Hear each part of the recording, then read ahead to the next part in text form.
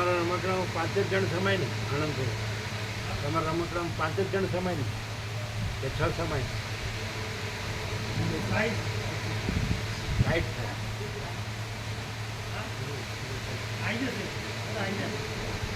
અચ્છા, એને સુરત જવામાં નજીક પડે ત્યાં ઉતાર દેવાના.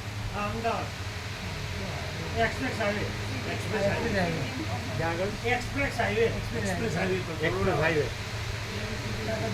થોડું ટાઈટ પડશે પણ આ ટાઈટ પડે એવા નથી.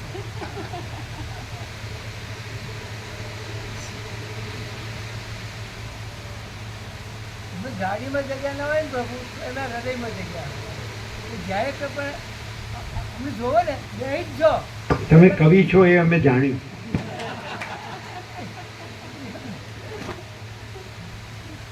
ઘણા ભાઈ ગાડીમાં જગ્યા હોય ને પણ હૃદયમાં ના હોય.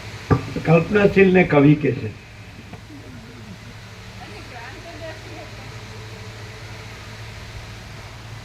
ક્રાંતદર્શી પણ અધ્યારોપમાં જ આવવાનો ને. ધારો કે એ આ ભ્રાંતિ નથી અને પરમ ચિદાકાશ પરમ જત્ય ખંડ જ્યોતિ છે, પણ એવો દ્રષ્ટા દર્શન દ્રશ્ય એ ત્રિપુટીવાળો છે જ નહીં ને. અને પરમ ચિદાકાશ પરમ જત્ય ખંડ જ્યોતિ પોતામાં પોતે જ છે, બીજું કોઈ નથી, કાંઈ નથી ને કાંઈ થતું નથી. એટલે ક્રાંતદર્શી પણ અધ્યારોપિત જ છે, કલ્પિત જ.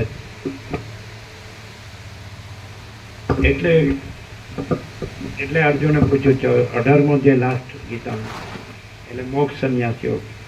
એટલે એમને પૂછ્યું કે સંન્યાસ શું છે અને ત્યાગ શું છે? એટલે કે કામ્યાનામ કર્મણામ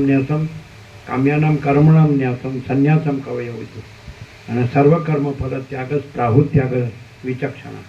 એટલે એમાં કવિ અને વિચક્ષણ બેને લીધા, પણ એ તો સંન્યાસ અને ત્યાગની વ્યાખ્યા કરવાવાળા. એ તો અધ્યારોપમાં આવ્યું, કારણ કે ગ્રહણે નથી ને ત્યાગે નથી, સંસારે નથી, સંન્યાસે નથી, અને અજ્ઞાને નથી, જ્ઞાને નથી, બંધે નથી ને મોક્ષે નથી.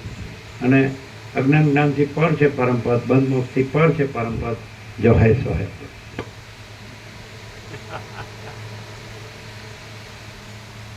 એટલે કોઈ પરમપદ પોતામાં બીજું થઈ અને પરમપદ મેળવતું નથી. પરમપદ પોતામાં પોતે જ છે અને કોઈ બીજો પોતે પોતામાં બીજું થઈ અને પરમપદ મેળવનારો છે જ નહીં.